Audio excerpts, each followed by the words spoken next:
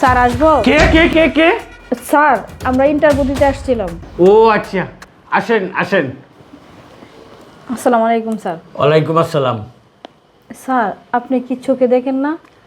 হ্যাঁ, আমি চোখে দেখি না। আচ্ছা যাই হোক, আমরা সেদিকে না যাই।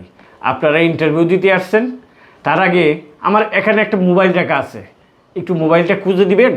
আচ্ছা ঠিক আছে স্যার, আমি ফোন দিচ্ছি।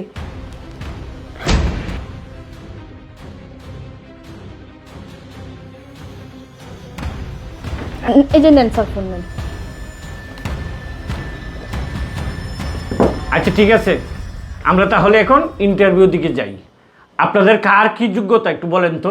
স্যার আমি এমবিএ কমপ্লিট করছি, আর এমবিএ কমপ্লিট করার পর 5 বছর একটা কোম্পানিতে চাকরি করছি। আমার 5 বছরের কাজের অভিজ্ঞতা আছে। আপনি যদি আমাকে চাকরিটা দেন তাহলে আমি আপনার কোম্পানির জন্য ভালো কিছু করতে পারবো, আর অনেক দূর এগিয়ে নিয়ে যাওয়ার চেষ্টা করব। Very good. আপনি এমবিএ কমপ্লিট করেছেন, ভালো একটা নামি দামি কোম্পানিতে 5 বছর জব করেছেন, আপনার তো আসলে অনেক এক্সপিরিয়েন্স আছে। আর যাই হোক, আপনার সাথে আরেকজন আসছে না, ওনার কথাটা শুনি, আমরা তারপর ভেবেচিন্তে একজনকে আমরা চাকরিটা দিব। এই আপনি কি করতেছেন?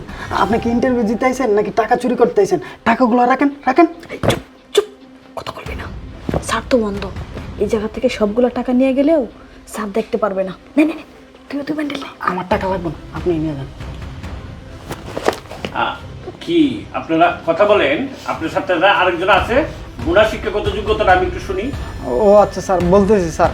স্যার আমি এসএসসি পাস করছি, আর আমার সার্টিফিকেট শুধু এসএসসির। কিন্তু স্যার চাকরিটা আমার অনেক দরকার। আপনি যদি আমাকে চাকরিটা দিতেন তাহলে আমি আপনার কোম্পানির জন্য ভালো কিছু করতাম। আর সবাই তো স্যার শূন্য থেকেই বড় হয়। প্লিজ স্যার চাকরিটা আমাকে দেন, আমি আপনার কোম্পানির জন্য ভালো কিছু করব।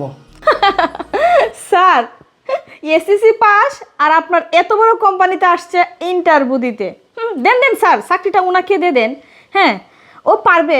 আপনার যে জারুদারের যে চাকরিটা আছে না, ওইটা ভালো করতে পারবে স্যার, কারণ এছাড়া যোগ্যতা তো ওর আর কিছুই নেই।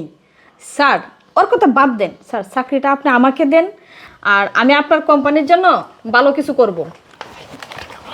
চুপ ছোট লোকের বাচ্চা, একদম কথা বলবি না। হ স্যার, উনি ঠিকই বলছে, চাকরিটা আপনি ওনাকেই দেন। উনি আপনার কোম্পানির জন্য ভালো কিছু করবে, এমন ভালো কিছু করবে যে 3 মাস পরে আপনার কোম্পানি আর খুঁজে পাবেন না। উনি 3 মিনিটেই স্যার আপনার সামনে সমস্ত টাকাগুলো উনি ওনার কাছে নিয়ে নিছে। আর 3 মাসে আপনার কোম্পানি ওনার নামে নেওয়া ওনার জন্য কোনো বিষয়ই না। এই ছোট লোকের বাচ্চা, তুই আমাকে কি বলতেছস? বলতা বল। মিস সুইটি বেগম, আপনি রাগ পাচ্ছেন কেন? উনি তো ঠিকই বলছে। আপনি এতক্ষণ যা কিছু করছেন সব কিছু আমি নিজের চোখে দেখেছি। স্যার আপনি কি অন্ধ না? আপনি কি চোখে দেখতে পারেন? না, আমি অন্ধ না। যদি অন্ধ হইতাম তাহলে কি এত বড় একটা কোম্পানি আমি চালাইতে পারতাম? শোনেন, আসলে কি বলবো, বলার ভাষা আমি হারিয়ে ফেলছি। হ্যাঁ, আপনি এমবিএ কমপ্লিট করা, আপনার অভিজ্ঞতা আছে 5 বছরের, আপনি আসছেন আমার কোম্পানিতে অ্যাকাউন্টসে চাকরি করার জন্য, সব ঠিক আছে। কিন্তু যে একটা বিদ্যা আপনার ভিতরে আছে, এই বিদ্যাটা হয়তো সবার ভিতরে নাই। আপনি কি করে পারলেন আমার সামনে থেকে টাকাগুলো আপনার হাতে নিতে?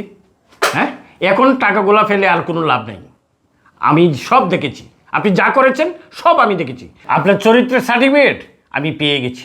শুনেন, আপনি বলেছেন এমবিএ কমপ্লিট করা, অনেক বড় একটা কোম্পানিতে আপনি 5 বছর চাকরি করেছেন, কিন্তু আমি ভেবে পাচ্ছি না কি করে আপনি 5টা বছর সেই কোম্পানিতে চাকরি করেছেন।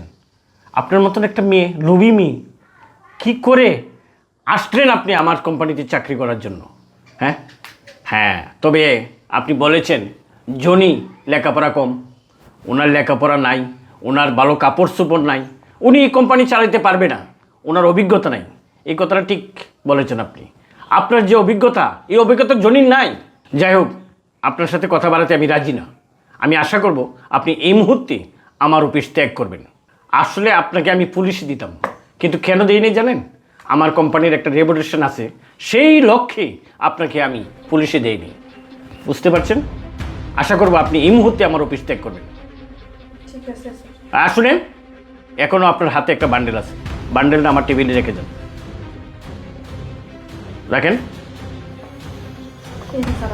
হ্যাঁ, যান যান। শুনেন জনি সাহেব, আসলে আপনি তো দেখেছেন এই মেয়েটার চরিত্র, আর আমি আসলে আপনার যে সততা তাতে আমি মুগ্ধ হয়ে গেছি। আপনি ইচ্ছে করলে একটা বান্ডেল নিতে পারতেন, কিন্তু কি করেছেন? ও যে টাকাগুলো আমার সামনে থেকে নিল, আপনি তার প্রতিবাদ করেছেন। আমি তার জন্য খুবই মুগ্ধ, এবং আমার এই চাকরিটা আপনাকে আমি দেব। আপনি একটা কাজ করেন, আগামীকালকে থেকেই আমার অফিসে জয়েন করেন। একটু দয়া করে টাকাটি উপরে তুলবেন।